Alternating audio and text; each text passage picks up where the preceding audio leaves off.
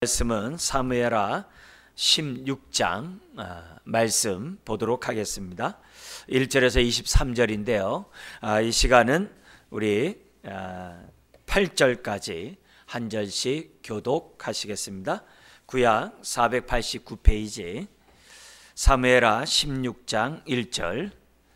다윗이 마루턱을 조금 지나니 무비보셋의 종 시바가 안장 지운 두 나귀에 떡 200개와 건포도 100송이와 여름과일 100개와 포도주 한 가죽 부대를 싣고 다윗을 맞는지라. 왕이 시바에게 이르되 내가 무슨 뜻으로 이것을 가져왔느냐 하니 시바가 이르되 나귀는 왕의 가족들이 타게 하고 떡과 과일은 청년들이 먹게 하고 포도주는 들에서 피곤한 자들에게 마시게 하려 함이니이다. 왕이 이르되 내 주인의 아들이 어디 있느냐 하니 시바가 왕께 아뢰되 예루살렘에 있는데 그가 말하기를 이스라엘 족속이 오늘 내 아버지의 나라를 내게 돌리리라 하나이다 하는지라. 왕이 시바에게 이르되 무비보셋에게 있는 것이 다 내 것이니라 하니라. 시바가 이르되 내가 절하나이다. 내 주 왕이여 내가 왕 앞에서 은혜를 입게 하옵소서 하니라. 다윗 왕이 바울임에 이름에 거기서 사울의 친족 한 사람이 나오니 게라의 아들이요 이름은 시므이라. 그가 나오면서 계속하여 저주하고 또 다윗과 다윗 왕의 모든 신하들을 향하여 돌을 던지니 그때 모든 백성과 용사들은 다 왕의 좌우에 있었더라. 시므이가 저주하는 가운데 이와 같이 말하니라. 피를 흘린 자여 사악한 자여 가거라 가거라. 사울의 족속의 모든 피를 여호와께서 내게로 돌리셨도다. 그를 이어서 내가 왕이 되었으나 여호와께서 나라를 내 아들 압살롬의 손에 넘기셨도다. 보라 너는 피를 흘린 자이므로 화를 작초하였느니라 하는지라. 아멘. 우리가 이 사무엘하 16장을 보면 다윗 주변에 특징적인 네 사람이 이제 본문에 이제 등장하게 됩니다. 물론 이제 다윗과 압살롬이 있습니다만 다윗과 압살롬 외에 네 사람이 등장하는데요. 한 사람은 아주 간교한, 우리가 지금 읽은 것처럼 아주 자기 유익을 구하는 이 시바와 같은 사람이 나오고 저주를 퍼붓는, 지금 이 사울 왕의 같은 베냐민 지파였던 이 시므이가 저주를 퍼붓는 시므이가 등장하고, 또한 다윗 친구인 다윗을 위해 압살롬에게 정말 거짓 항복을 하면서 친구를 구하기 위해 목숨을 던진 그 후세가 등장하고, 심지어는 압살롬의 편에 서서 다윗의 모사였습니다만 자신의 지혜로 악을 행하는 아히도벨, 이 네 사람이 등장하고 있습니다. 우리가 이 땅에 살아가면서 정말 많은 우여곡절의 삶을 살아가지 않습니까? 이런 삶을 살아갈 때 우리가 어떤 사람이 되어야 할 것인지를 정말 어쩌면 우리가 선택하면서 살아야 되는데, 이 네 사람 중에 나는 어떤 사람으로서 하나님 앞에 살아갈 것인가 한번 우리가 좀 생각하는 이 시간이 되었으면 좋겠습니다. 자신의 유익을 위해서는 모함도 정말 일삼는 시바가 될 것인지, 아니면 상황 파악을 객관적으로 하지 못하고 단지 자신의 친족이라고 해서 그의 편에 들어서 무조건 반대를 위한 반대를 할 것인지, 아니면 친구를 위하여 자기 목숨을 버리려는 그런 삶을 선택할 것인지, 아니면 자신의 지혜로 선을 행하는 게 아니라 악을 행하면서 악을 도모하는 그런 사람으로 살 것인지, 이제 저와 여러분들은 오늘 이렇게 선택하면서 살아야 됩니다. 이때 오늘 말씀을 통해서 어떤 사람이 될 것인지 한번 좀 보길 원합니다. 먼저 우리 시바에 대한 인물을 좀 보도록 하겠습니다. 1절에서 4절에 보면 그는 다윗이 도망갈 때 음식을 준비함으로 다윗에게 환심을 삽니다. 그렇지만 실상은 그 자리에서 무비보셋, 이 사울의 이제 손자죠, 무비보셋을 모해함으로 그의 모든 재산을 이렇게 강탈하고자 했던 사람이 시바입니다. 1절에 보면 안장 지운 두 나귀의 떡 200개와 건포도 100송이, 여름 과일 100개와 포도주 한 가죽 부대를 싣고 다윗을 맞이하는 것으로 이렇게 나옵니다. 그러면서 2절에서는 이게 뭐냐? 그러니까 말도 잘합니다. 나귀는 왕의 가족들이 타게 하고 떡과 과일은 청년들이 먹게 하고 포도주는 들에서 피곤한 자들에게 마시게 하려 함입니다. 그러자 다윗이 궁금해서 묻습니다. 너의 이 주인인 그 무비보셋은 어디 있느냐? 그러니까 무비보셋이 예루살렘에 있는데 무슨 얘기하느냐면은 이스라엘 족속이 오늘 내 아버지의 나라를 내게 돌리라. 그러니까 다윗이 이렇게 쫓겨난 것에 대해서는 정말 하늘의 뜻이다라고 이게 모함을 하는 이런 얘기를 합니다. 아마 이 시바는 다윗이 다시 돌아와서 왕이 될 것을 알았는 것 같아요. 굉장히 식견이 아주 탁월한 사람이었습니다만 그는 대단한 안목을 갖고 있음에도 불구하고 결국 어떻게 돼요? 자신의 유익을 위하여 이렇게 악용하는, 음해하는 그런 사람으로 오늘 이 본문에 나오게 됩니다. 그러다가 나중에 이제 이 사람이 지금 이 다윗이 이제 그런 말을 통해서 이 4절에 보면은 무비보셋이 다 네 것이 될 거다 이렇게 합니다만 나중에 이 얘기가 시바의 모함이었다는 것을 알게 돼요. 이제 그러자 이제 다윗이 무비보셋의 재산을 반만 갖도록 이렇게 다윗이 자기가 한 말이 있기 때문에 반만을 가져가는 것으로 이 다윗이 이렇게 재산을 나누는 그런 모습이 나오게 됩니다. 자, 우리가 사는 이 세상에 보면 어떻게 보면 이 시바와 같은 사람으로 넘쳐나는 것 같아요. 어떻게든지 간에 상대방의 약점을 이용해 가지고 자신의 유익을 얻고자 하는 사람, 심지어는 하나님을 섬긴다고 하면서 자신의 입속을 섬기는 사람들이 많이 있는 것을 보게 됩니다. 사랑이 뭡니까? 자기 유익을 구하지 않는 것이 사랑이라고 그래요. 팔복 가운데 마음이 청결한 자가 하나님을 본다고 그래요. 근데 이 마음이 청결한 자라는 것은 이게 대인과의 관계잖아요. 마음이 청결한 것은 뭐냐면 두 마음 품지 않는 거거든요.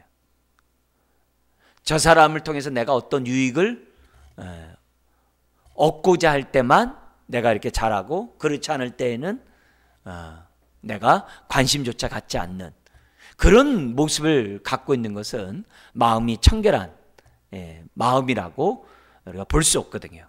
그런 의미에서 우리가 하나님을 섬기는 사람은 마음이 사람들 대할 때마다 두 마음을 품으면 안 되거든요. 그리고 주님의 사랑을 받은 사람은 주님처럼 자신의 유익을 구하지 않는 것이 우리 정말 하나님의 사랑을 받은 사람의 모습이라는 것을 성경은 얘기합니다. 근데 이 시바와 같은 사람이 우리 성경에 보면 아간 아시죠? 아이성 정복을 했을 때 실패를 하잖아요. 그 이유를 보니까 아간이 탐욕의 종이 돼가지고 여리고 성을 무너뜨렸을 때 그 소유 일부를 자기 집에다가 감춰놨거든요. 심지어는 우리 초대교회 때 아나니와 삽비라의 그 부부도 어떻게 돼요? 동일하게 탐욕의 종이 되어서 자기의 재산의 일부를 빼놓고 나머지는 다 드렸다라고 말함으로써 성령을 속이는 그런 행동들을 했던 것을 보게 됩니다. 그래서 이런 시바의 이런 행동들을 보면서 나의 모습을 한번 우리가 살펴볼 필요가 있는 거죠. 우리가 자신의 유익을 위해서 눈 한번 딱 감고 거짓말한 적 없는가? 아니면 나의 유익을 나의 출세와 성공을 위해서 눈 한번 딱 감고 나에게 은혜를 베풀어 준 사람에게 등을 돌린 적은 없는가? 어쨌든 그런 비슷한 일련의 행동들을 우리들이 한 적은 없는지를 한번 이 시바의 모습을 보면서 우리 거울로 우리의 삶을 좀 돌이켜 볼 필요가 있는 거죠. 무엇보다도 이 시바는 무비보셋 사울 왕의 집사였거든요. 그래서 사울 왕의 그 집을 갖다가 관리하도록 하기 위해서 지금 은혜를 입은 사람이에요. 그 당시 그 사울 왕가의 재산을 관리할 정도면 이거는 큰 이렇게 높은 직이거든요. 예. 그럼에도 불구하고 그의 성이 안 차는 거죠. 심지어는 그 사울왕에 있는 모든 재산을 자기가 강탈하기 위해서 멀쩡한 무비보셋까지 음해해가지고 남에게 해를 주려고 하는 이런 행동, 오늘날 같이 약육강식의 사회 속에서는 얼마든지 볼 수 있는 일들입니다. 앞으로도 우리들의 삶 속에서 이런 시바와 같은 우리 상황이 나에게 벌어질 때마다 나의 유익을 구하고자 다른 사람을 매장시키는 이런 행동들은 하나님의 사랑을 받은 저와 여러분으로서는 합당한 태도가 아니라는 것을 보여줍니다. 근데 이런 것을 우리가 한쪽 귀를 듣고 흘려버릴 수가 있는데요, 우리가 이런 것에 대해서 민감하지 않으면 내 안에 있는 이 탐욕을 우리가 어떻게 돼요? 이렇게 견제할 수 있는 기회를 상실하게 돼요. 시바와 같은 사람을 우리가 항상 생각하고 있을 때 우리 안에 있는 이 탐욕이 발동할 때 브레이크를 걸 수 있어요. 근데 기본적으로 우리가 이런 부분에서 깨어있지 않으면 내가 정말 이런 상황이 왔을 때 눈 한번 딱 감고 내가 등을 돌리는 것이 뭐가 나쁘냐라고 남들도 하는데 그렇게 얼마든지 할 수 있다는 사실을 잊어서는 안 돼요. 왜냐하면 이스라엘 백성이 바벨론 포로로 끌려갈 때 상황도 비슷해요. 도시 전체가 탐욕의 종이 되거든요. 어떻게 그럴 수 있겠어요? 예수님 당시의 성전에도 탐욕의 성전이 되거든요. 어떻게 그럴 수 있겠어요? 처음부터 그렇게 되는 게 아니거든요. 어느 순간에 이렇게 점점 무뎌오다가 남들이 하는데 뭐예요? 나도 한다는 거죠. 나도 한다는 거죠. 그래서 미국에서 그 어느 도시에서 이 처치 원더 이런 그런 웨이 해가지고서 그 교회가 독특한 그런 교회가 있는데, 근데 그 교회에서 이제 그 창고를 빌려가지고 이 교회를 했다고 해요. 근데 은혜가 임하니까, 근데 그쪽 지역이 뭐냐면 이 자동차 산업이 있는, 부품 산업이 있는 그런 이 동네였다고 그래요. 근데 이제 은혜를 받고 나니까 사람들이 회개하는데 회사 것을 갖다가 자기가 뭐 나 하나쯤 가져가면 어때 하면서 부품 가져간 거 있잖아요. 그걸 갖다가 회사에다 다 갖다 놨더니 창고가 하나 더 생기더래요. 그게 실제 있었던 얘기라는 거예요. 그러니까 사람들이 나 하나쯤이야 하는 이런 것들이 얼마나 우리들 정말 사소하게 하는지 모른다 이거죠. 그러나 은혜를 받고 막상 그것을 갖다 놓은 거 보니까 창고 하나가 지을 정도로 많았다고 하는 걸 보면은 얼마나 우리도 나도 모르는 사이에 시바와 같이 얼마든지 행동할 수 있다는 것을 기억하고, 우리가 눈꽃 같은 정말 불꽃 같은 눈으로 정말 우리들의 삶을 보시는 이 하나님 앞에 정말 우리들이 탐욕의 종이 되지 않도록 저와 여러분들이 조심해야 되는 한 인물을 우리가 보지 않을 수가 없습니다. 자, 그와 함께 동시에 다윗은 시바의 말만 듣고 무비보셋 소유가 다 내 것이라고 그냥 선포를 해버립니다. 이거는 나중에 우리가 성경에 나와 있는 것처럼 다윗의 큰 실수예요.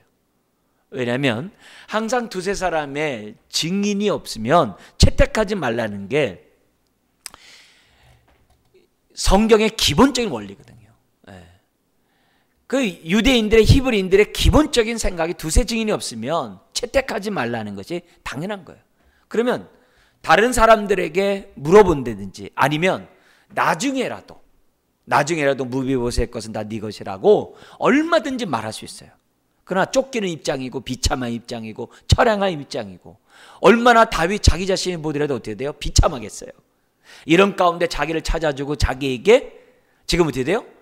정말 이런 호의를 베푼 사람 앞에 뭔들 못하겠어요. 그러니까 이런 환경에 치우쳐서 다윗은 너무나도 쉽게 재산을 갖다가 다 이 시바에게 주겠다라고 행동을 했던 것을 보게 됩니다. 나중에 이것이 잘못된 줄 알고 재산을 반을 나눴다고 했지 않습니까? 이것도 잘못된 거죠. 자기가 말을 한 것이 잘못됐으면 걷어들여야죠. 오히려 시바에게 당연히 책망하고 다시는 그런 짓을 하지 못하도록 말을 했어야죠. 근데 후반부에 가서 나중에 19장에 보면은 잘못을 해요. 그러니까 우리가 지금 계속 지금 후반부에 들어오면서 다윗이 오르막길에서 내리막길 가는 것을 계속 보고 있다고 그랬어요. 그죠? 밧세바와 우리아 사건 지금 계속 본다 그랬잖아요. 지금 내려막길의 인생의 다윗을 보면은 언제 이렇게 지혜로웠던 다윗인가라고 아주 의심이 될 정도로 다윗이 잘못된 행동들을 많이 하는 것을 보게 됩니다.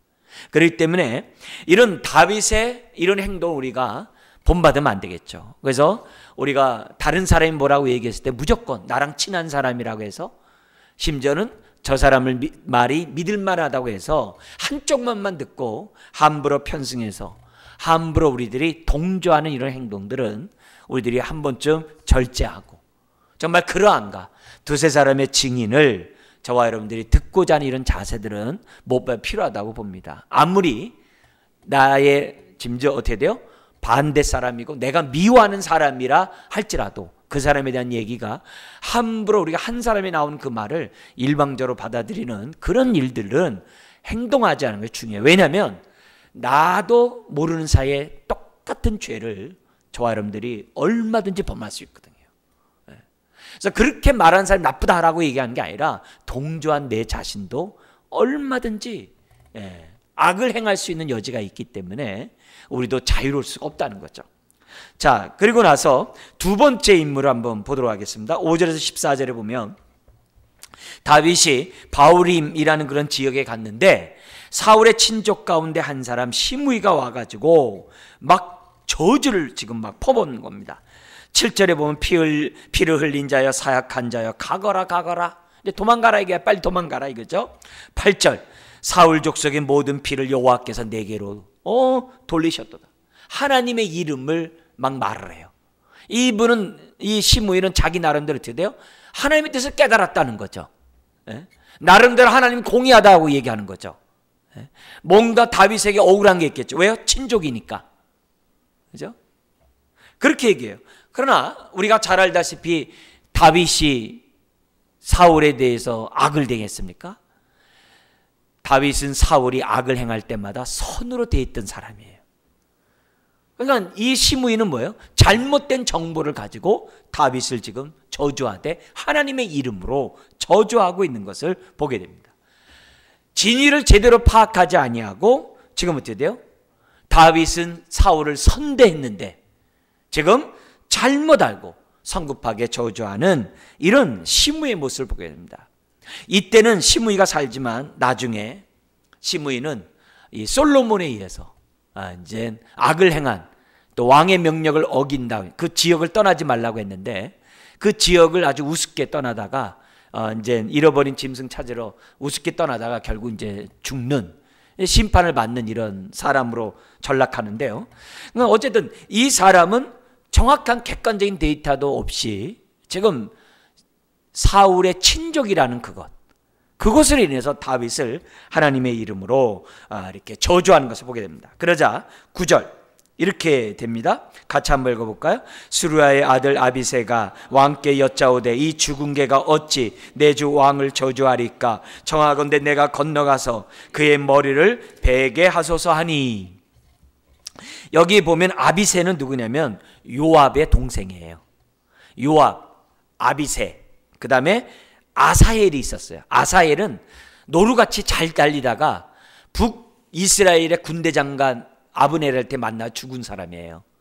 그래가지고 요압이 북이스라엘 장군이 북이스라엘을 다윗에게 넘겨주려고 회담하고 돌아가는 길에 죽이지 않습니까? 그게 이제 요압이란 말이에요. 왜냐하면 자기 동생을 죽였기 때문에 이 요압이 이제 안갚음을 했지 않았습니까? 근데 그 요압의 동생이 아비새예요. 그래서 이 요압과 이 아비새는 다윗이 정말 다윗의 국방력을 굉장히 견고하게 했던 공신이에요. 그런 그 아비새. 근데 앞에서는 뭐냐면 사울이 다윗을 잡으러 왔을 때 잠을 자잖아요. 그때 다윗과 함께 잠자는 사울에게 가지고 그렇게 창이고 갖고 왔던 사람이 아비새예요. 근데 이 아비새의 특징은 뭐냐면 다윗이요, 하나님이 사울을 죽일 기회가 왔으니까 빨리 죽이십시오, 이렇게 악을 악으로 갚고자 하는 아주 대표적인 사람이 아비새예요. 그러나 반면에 다윗은 악을 선으로 갚고자 하는 사람이겠죠. 그러나 반대도 있겠죠. 선을 악으로 갚고자 하는 사울과 같은 사람도 있을 수 있겠죠. 근데 아비새는 남이 뭐라고 하더라도 악을 악으로 갔기 때문에 아무 말할 게 뭐 너무하다고 말할 사실 근거는 없어요. 그렇지만 이 성경에서 우리에게 주는 그런 메시지는 악을 악으로 갚지 말고 악을 선으로 갚으라고 우리들에게 말씀하고 있지 않습니까? 어쨌든 그 아비새가 그렇게 얘기합니다. 그러자 10절에 내비둬라. 11절 내 몸에 난 압살롬도 나를 갖다가 생명을 해하려고 하는데 베냐민 사람이냐 어떡하겠냐. 이거 하나님이 허락한 거니까 내비둬라. 그러면서 무슨 말이라 하면 12절 우리 같이 한번 읽겠습니다. 혹시 여호와께서 나의 원통함을 감찰하시리니 오늘 그 저주 때문에 여호와께서 선으로 내게 갚아 주시리라 하고, 이렇게 하나님께서 나의 이런 것들을 다 보시고 나면 이 저주를 내가 달게 받겠으니 혹시 은혜의 하나님께서 나에게 다시금 선대해 주면 참 감사하겠다 하면서 뭐냐면 하나님께 모든 것을 맡기는 다윗의 모습을 봅니다. 그런데 13절에 시므이가 계속 따라오면서 다윗을 저주하고 있고 14절에 어느 한 지역에 이르자 거기서 이제 피난민들은 이제 쉬게 됩니다. 자, 여기서 우리의 시므이라는 인물을 좀 보겠는데요. 이 사람은 아까 얘기한 것처럼 객관적인 사실보다도 주관적인 입장에서 함부로 말을 하는 대표적인 사람들입니다. 역시 시므이와 같은 사람들이 오늘날 우리 주변에 항상 많은 걸 봐요. 특히 요즘에 그 인터넷 때문에 악플 있잖아요. 악플이 뭐 저희와 같이 이렇게 이름이 없는 사람은 별로 악플이 없습니다만 우리나라의 악플이 굉장히 심각하대요. 상상외로 악플이 아주 심각하다고 그럽니다. 심지어는 우리 아는 교회에서는 인터넷에 그걸 교회에다 못 올리게 한다는. 왜냐면 하도 악플들을 많이 해가지고 이 교회 인터넷 이 공간이 어떤 정보가 아니라 매 욕투성이로 돼 있어가지고 하여튼 뭐 예를 들어서 뭐 교회 때문에 주차가 어렵다, 교회가 이 해놔가지고 주차 방해한다, 교회가 시끄럽다, 맨 이런 얘기들이 너무 많다는 거야. 그래가지고 그게 도배가 되니까 아예 그런 이렇게 올리지 못하도록 이렇게 막는 그런 교회들도 있더라고요. 그러니까 그만큼 지금 악플이 굉장히 아주 정말 넘쳐나는 그런 세대 속에 있고 유명 정치인이나 연예인들 이렇게 보면은 그것 때문에 막 정말 극단적인 행동하는 사람들도 없잖아 있지 않습니까? 그러니까 이런 것들을 볼 때 오늘 우리가 사는 이 사회에서는 이렇게 객관적인 진리 없이 무조건 이렇게 비판하는 이렇게 악플을 하는 이런 사람들이 많다는 거예요. 그래서 서울대 그 심리학과 그 곽금주라는 그 교수가 이렇게 악플을 다는 이런 사람들에 대해서 이렇게 이 정의를 내리고 이렇게 강연을 한 게 있어요. 이렇게 말을 한 게 인터뷰 나온 게 있는데 거기 보면 이렇게 돼 있어요. 두 가지래요. 이렇게 악플을 올리는 욕이가 하나가 뭐냐면 과시욕이 하나가 있대요. 이 악플을 함으로써 자신의 상태나 욕구를 이렇게 나타내고자 하는 그 과시욕이 하나가 있고 또 하나는 뭐냐면 관음증이라고 그래요. 관음증. 이 관음증이라는 게 뭐냐면 사람들의 반응을 끊임없이 확인하고 싶어하는 그런 마음. 이 관음증이 두 가지가 과시욕과 관음증이 이렇게 합쳐가지고 나온 것이 악플이라고 그래요. 그러니까 그러면서 뭐라 그러냐면은 때로는 자신들이 이렇게 악플을 올렸는데 뭐 반응이 없다든지 악플을 올렸는데 뭐 별로 시답지 않다든지 막 이러면은 오히려 더 뭐 막 분노를 더 일으켜가지고 더 아주 무서운 이런 공격적인 그러한 행동을 보이는 것이 그들의 이제 성향이라고 말하는데 그 사람이 이 세 가지로 구분을 했더라고요. 하나는 뭐냐면은 겁 많은 패배자형의 악플이 있대요.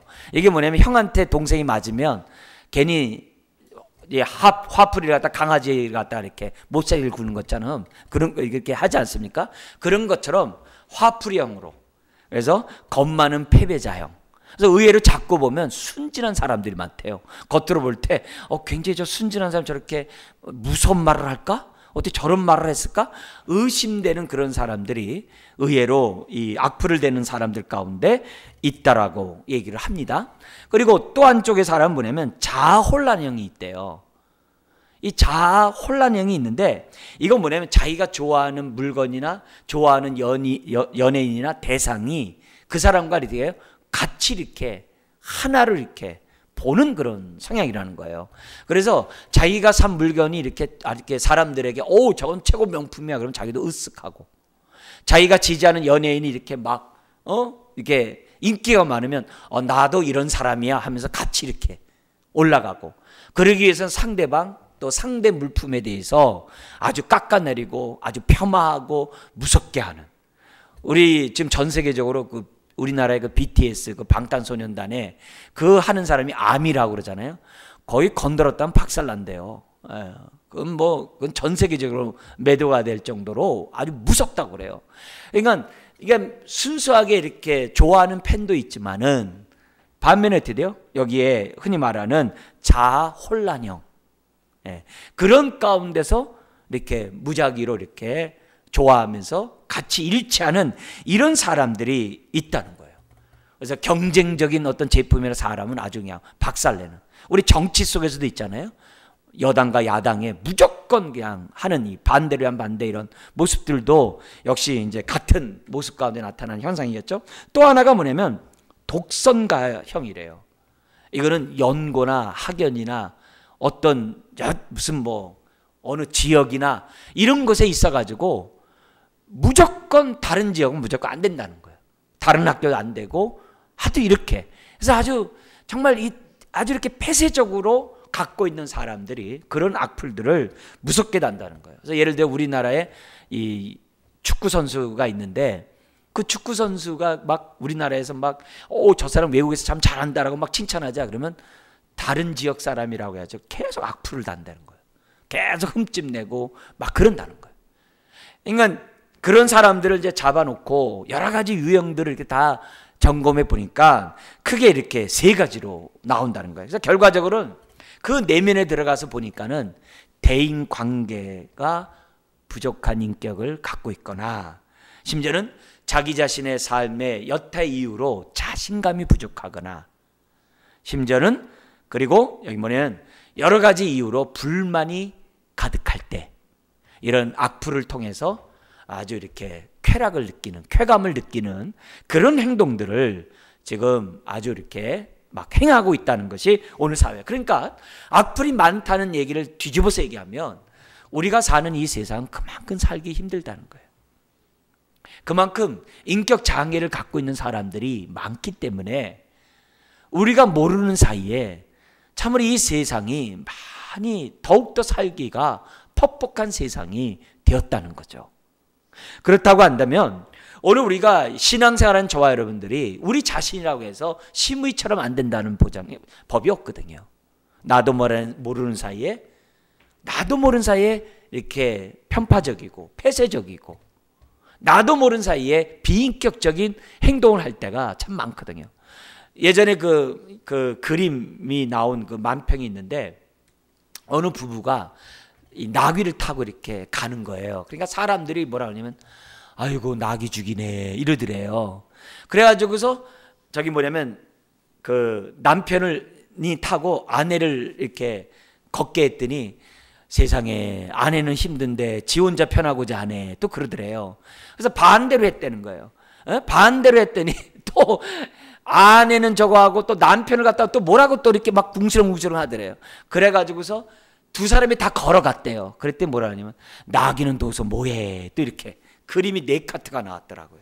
여러분들 한번 인터넷에 봤는지 모르겠습니다만 이제 그런 거. 그러니까 이제 거기서는 이제 노인과 이렇게 나와 있거든요. 그래서 여성이 타고 노인을 걷게 하니까 어떻게 노인은 걷게 하고 젊은 사람이 타고 가냐 뭐 이런 식으로 막 했습니다만, 그러니까 이러면 뭐라고 그러고 저러면 뭐라고 그러고 항상 불만과 비판을 위한 비판과 반대하는 이런 행동들이 우리가 하나님의 은혜를 받은 사람의 태도가 맞냐 이게.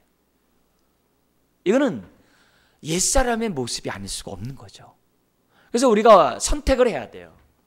내가 시바와 같이 시므의 같이 내 인생을 허비할 것인가, 아니면 하나님의 뜻 가운데 우리가 치유된 사람으로서 하나님의 형상을 드러내는 그런 사람으로 살 것인가를 저와 여러분들이 우리들이 기억해야만 한다는 거죠. 자, 그러면서 세 번째 사람이 등장합니다. 15절부터 19절인데요. 다윗의 친구 후세입니다. 그가 압살롬에게 잔입을 하는데요. 어떻게 이 압살롬에게 이 투항을 하냐면 16절 같이 투항을 합니다. 같이 한번 읽겠습니다. 다윗의 친구 아렉 사람 후세가 압살롬에게 나갈 때 그에게 말하기를 왕이여 만세, 왕이여 만세하니. 그러니까 압살롬이 얘기합니다. 당신은 당신 친구와 함께 왜 도망가지 않았소? 그러니까 18절에 이렇게 얘기를 합니다. 후세가 압살롬에게 이르되 그렇지 아니하니이다. 내가 여호와와 이 백성 모든 이스라엘의 택한 자에게 속하여, 이게 중요하죠. 그와 함께 있을 것이니이다. 당신이 왕이 된 건 하나님이 허락했다는 거예요. 그리고 당신이 왕이 된 것은 이스라엘이 당신을 선택했다는 거예요. 하나님과 이스라엘 백성이 당신을 선택했는데 내가 어찌 다윗을 쫓아가리까? 이것보다 사람의 마음을 기쁘게 한 게 없죠. 그죠? 그렇게 말을 합니다. 그러면서 19절에 또 내가 이제 누구를 섬기리까? 그의 아들이 아니니까 내가 전에 왕의 아버지를 섬긴 것 같이 왕을 섬기리다 하니라. 네. 하나님이 당신을 선택했기 때문에 내가 당신을 선택하겠다고 그렇게 얘기를 해요. 그러면서 잔입을 하고, 그러나 우리가 잘 알다시피 나중엔 이 후세 때문에 압살롬이, 여기 뭐냐면 네 번째 나오는 아히도벨의 말을 듣지 않고 후세의 말을 들음으로 다윗을 살려주고 다윗이 다시 예루살렘 돌아오게 하는 1등 공신이 됩니다. 그러니까 이 사람의 특징이 뭐냐면 친구를 위하여, 하나님의 나라를 위하여 자신을 희생하는 사람이었다는 거죠. 은혜를 아는 아주 대표적인 사람들의 행동 양식을 후세가 우리들에게 보여주고 있습니다. 그 다음에 네 번째 인물이 뭐냐면 20에서 13절에 압살롬 반역에 동참한 다윗의 모사였던 아히도벨입니다. 그는 다윗의 모략가였지만 참 불행했어요. 특별히 23절 같이 한번 읽겠습니다. 그때 아히도벨이 베푸는 계략은 사람이 하나님께 물어서 받은 말씀과 같은 것이라. 아히도벨의 모든 계략은 다윗에게나 압살롬에게나 그와 같이 여겨졌더라. 굉장한 지혜를 갖고 있는 사람이에요. 그런데 그 지혜를 선을 위해 쓰지 않고 악을 위해 썼다는 거예요. 하나님의 뜻을 위해 쓰지 않고 하나님의 뜻을 거역하는데 쓴 불행한 자였다. 이게 똑똑했지만 악으로 그 지혜가 정말 남용된 끔찍한 사람이 아히도벨입니다. 근데 그의 지혜가 뭐냐면 20절에 압살롬이 왕이 되어 지혜를 구할 때 그 강교함을 제공하는데, 압살롬이 말합니다. 아히도벨에게 나에게 어떻게 해야 할까 말하라. 그러니까 21절 22절 다윗이 두고 간 이 궁의 후궁을 다 겁탈하라는 거예요. 이건 뭐냐면 압살롬이 다윗 왕과 완전히 대적되는 행동이에요. 그리고 이런 행동은 다윗에게 반란을 일으켰던 사람들에게 용기를 주는 행동이에요. 더 이상 다윗과 한몸 되게 하지 못하게 하는, 싹을 잘라버리게 하는 행동이에요. 그리고 사실 이 얘기는 11장 12장에 앞에 11장 3회라 11장 12장에 이미 예언되었던 사건이에요. 그걸 아히도벨이 다 알고 그대로 행하라는 거예요. 무서운 사람이죠. 여기서 우리가 아히도벨을 통해서 우리가 깨달을 것이 뭐냐면 나의 지혜가 하나님의 뜻을 이루는 데 사용돼야지 악을 이용하는 데 사용돼서는 안 된다는 것을 기억해야 돼요. 나의 지혜가 하나님의 뜻을 이루는 데 사용돼야지 사람의 뜻을 이루는데 사용되지 않도록 조심해야 돼. 특히 남들보다 분별력이 있고 남들보다 지혜가 뜨고 남들의 머리가 좋다라고 생각할 때마다 항상 겸손하고 이것이 악에 의해서 사용되지 않도록 조심해야 돼요. 우린 잘 모릅니다만 저기 이렇게 감옥에 갔다 오신 분들이 갔다 오면 더 이렇게 머리가 더 아주 영악해서 나온다면서요. 왜냐면 거기 고수가 있어가지고 그 고수가 그래서 걸렸다라고 알려주기 때문에 그렇게 하면 안 걸릴 거 해서 또 하다 또 잡히면 또 다른 고수가 또 알려주고 막 그런데요. 그래서 자꾸 이렇게 아주 한다는 거죠. 그러니까 머리가 좋아야 그런 것도 하지 머리 좋지 않으면 하겠습니까? 그러니까 그런 것을 오늘날의 아히도벨과 같은 그런 사람들이 너무 많다는 것을 우리들에게 보여줍니다. 오히려 우리가 갖고 있는 이 선을 후세처럼 지혜롭게 주의 뜻을 이루는데 사용할 수 있는 우리가 되어야 한다. 결국 지혜는 중립이에요. 그래서 이 지혜가 잘 사용되려면 우리 마음이 부드러워야 돼요. 우리 마음이 은혜로 가득 차면 선으로 지혜가 사용될 것이고, 우리 마음이 악으로 가득 차면 우리 지혜가 악으로 갈 수밖에 없어요. 우리의 마음이 정말 우리가 결국 하나님의 은혜로 우리의 마음이 우리가 채워지지 않으면 저와 여러분들은 좋은 머리 가지고 나쁘게 쓸 수밖에 없는 게 우리들이에요. 하나님의 은혜를 받은 사람들은 항상 은혜로 가득한 가운데 정말 우리의 지혜가 선을 향하는데 사용될 수 있도록 저와 여러분들이 하나님 앞에 엎드리면서 기도해야 한다는 거죠. 사랑하는 성도 여러분, 여러분들은 이 네 가지 사람 중에 어떤 삶을 살아야 되는지 선택해야 돼요. 어떻게 보면 이 네 사람의 모습들은 우리들의 옛사람의 모습이기도 해요. 자신의 유익을 구하고 싶고요.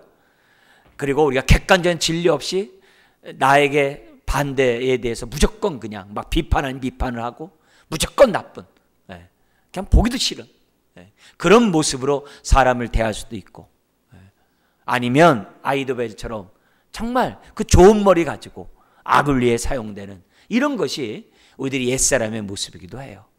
그러나 반면에 후세와 같은 이 사람은 그 마음에 하나님의 은혜가 있음으로 인해서 그가 갖고 있는 이 지혜를 선으로 잘 활용했던 것을 보게 됩니다. 여러분, 다윗조차도 우리 시므에게 한 행동 보세요. 그렇게 지혜로웠던 다윗도 시므의 그런 정말 어떻게 보면 우리 알랑방구라고 그러잖아요. 그렇게 하는 것 앞에서 판단이 흐려졌잖아요. 그리고 나중에 사실 알았음에도 불구하고 재산을 반을 나눌 정도로 그의 분별력이 흐리잖아요. 다윗도 그 생각이 바뀐단 말이에요. 밧세바나 우리아에게 하는 행동을 보더라도 다윗의 생각도 그게 바뀌고 있거든요. 심지어 그의 아들 암논과 압살롬의 하는 행동을 보더라도 다윗의 행동이 뭔가 좀 다르잖아요. 여러분, 저와 여러분들도 마찬가지예요. 어느 순간에 저와 여러분도 다윗처럼 생각이 달라질 수 있어요. 하나님의 뜻에서 멀 수 있어요. 우리 마음이 굳어져 갈 수 있다는 거예요. 그렇기 때문에 이런 상황에서 우리들이 하나님, 내가 선택할 때 후세와 같은 정말 그런 선택을 할 수 있도록 하나님 나에게 은혜를 더하여 주십시오.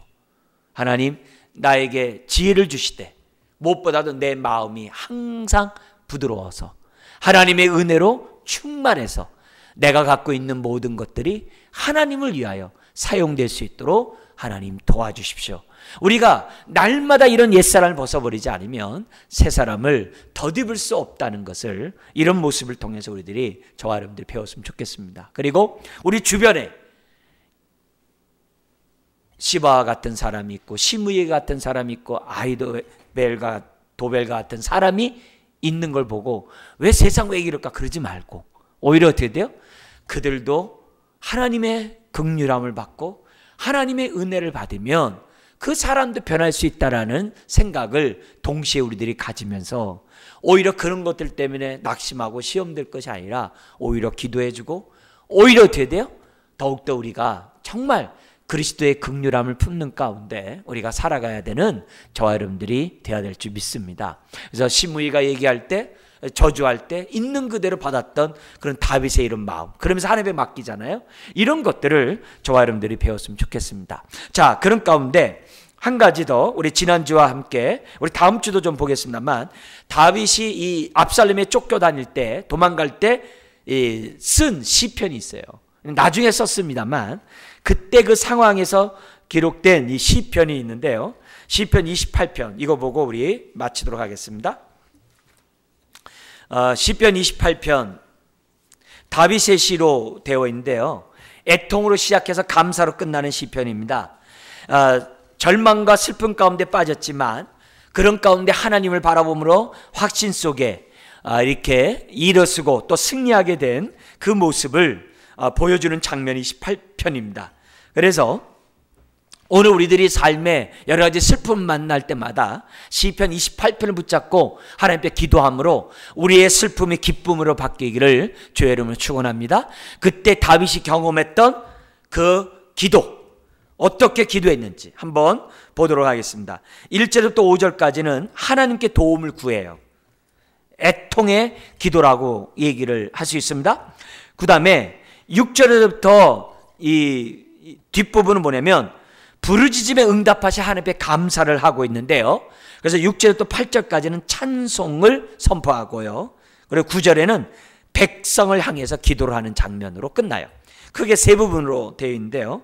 먼저 우리 애통의 기도, 우리 한번 1, 2절 같이 한번 읽겠습니다. 여호와여 내가 주께 부르짖으오니 나의 반석이여 내게 귀를 막지 마소서. 주께서 내게 잠잠하시면 내가 무덤에 내려가는 자와 같을까 하나이다. 내가 주의 지성소를 향하여 나의 손을 들고 주께 부르짖을 때 나의 간구하는 소리를 들으소서. 그죠? 나의 반석. 그죠? 벌써 이 자체가 지금 자신은 흔들리고 있잖아요. 근데 하나님은 나의 반석. 여러분 삶이 흔들릴 때마다 하나님 나의 반석인 것을 믿고 그 위에 굳건히 서시기 바랍니다. 그러면서 내가 지성소를 향해 나를 손을 들고 부르짖겠다고 해요. 항상 하나님을 바라보면서 두 손을 듣고 부르짖는 이런 태도, 너무나도 중요한 모습입니다. 그래서 우리가 삶이 무너질 때마다 반석이신 하나님을 바라보고 그분을 향해 두 손을 들고 부르짖는 저와 여러분들이 돼야 될 줄 믿습니다. 그러면서 세 번째 3절부터 5절까지 계속해서 애통의 기도를 올리고 있는데요. 어떻게 올리는지 볼까요? 악인과 악을 행하는 자들과 함께 나를 끌어내지 마옵소서. 그들은 그 이웃에게 화평을 말하나 그들의 마음에는 악독이 있나이다. 그들이 하는 일과 그들의 행위가 악한 대로 갚으시며 그들의 손이 지은 대로 그들에게 갚아 그 마땅히 받을 것으로 그들에게 갚으소서. 그들은 여호와께서 행하신 일과 손으로 지으신 것을 생각하지 아니하므로 여호와께서 그들을 파괴하고 건설하지 아니하시리로다. 이게 뭐냐면은 3절에 여기 나오는 것처럼 악인과 악을 행하는 자들과 함께 나를 끌어내지 마소서는 뭐냐면 그들과 함께 자신을 심판하지 말라는 거예요. 그리고 그들이 4절에 행한 대로 보응하소서. 여러분 이걸 보면서 우리는 아히도벨 같은 사람같이 악에 끌려가면 안 돼요. 시므이같이 악에 끌려가면 안 돼요. 시바같이 악에 끌려가면 안 돼요. 악플하는 사람들에게 끌려가면 안 돼요. 우리는 하나님의 은혜를 받은 사람으로서 우리는 정말 성령의 이끌림을 받는 사람이 되어야 돼요. 자, 그러면서 6절에서부터 8절에 하나님을 찬송을 하는데 이제 이렇게 기도하니까 하나님이 응답하실 거 아니겠습니까? 그러니까 찬송으로 바뀌겠죠. 우리 6절에서 8절 우리 읽겠습니다. 여호와를 찬송하며 내 간구하는 소리를 들으시미로다. 여호와는 나의 힘과 나의 방패이시니 내 마음이 그를 의지하여 도움을 얻었도다. 그러므로 내 마음이 크게 기뻐하며 내 노래로 그를 찬송하리로다. 여호와는 그들의 힘이시요 그의 기름 부음 받은 자의 구원의 요새이시로다. 할렐루야. 우리가 하나님이 반석인 줄 믿고 그분께 두 손을 피며 부르짖을 때 하나님이 우리들에게 어떻게 해야 돼요? 의지하는 자에게 요새가 되어 주신다라고, 하나님이 응답해 주신다라고 성경이 우리들에게 가르쳐주고 있는 거예요. 부르짖는 자에게 우리를 보호하시고 우리를 구원하시는 하나님이신 것을 지금 뭐예요? 다윗이 노래하고 있다는 거죠. 무엇보다도 하나님이 우리의 힘이요 방패이신 줄 믿습니다. 여러분의 힘이요 여러분의 방패가 되신 분이 하나님이세요. 그래서 마지막, 그러기 때문에 하나님의 백성들 향하여 9절에 기도를 합니다. 같이 한번 읽겠습니다. 주의 백성을 구원하시며 주의 산업에 복을 주시고 또 그들의 목자가 되시어 영원토록 그들을 인도하소서. 목사로서 여러분들에게 9절이 여러분의 삶에 응답되고자 하는 믿음을 가지고 제가 다시 한번 읽어드리도록 하겠습니다. 주의 백성을 구원하시며 주의 산업에 복을 주시고 또 그들의 목자가 되시어 영원토록 우리 성도들을 인도하소서. 할렐루야. 여러분 이런 모습을 오늘 우리들의 정말 신앙 속에서 우리가 시편 28편의 그런 축복을 경험하시기를 주의 이름으로 축원합니다. 기도하겠습니다.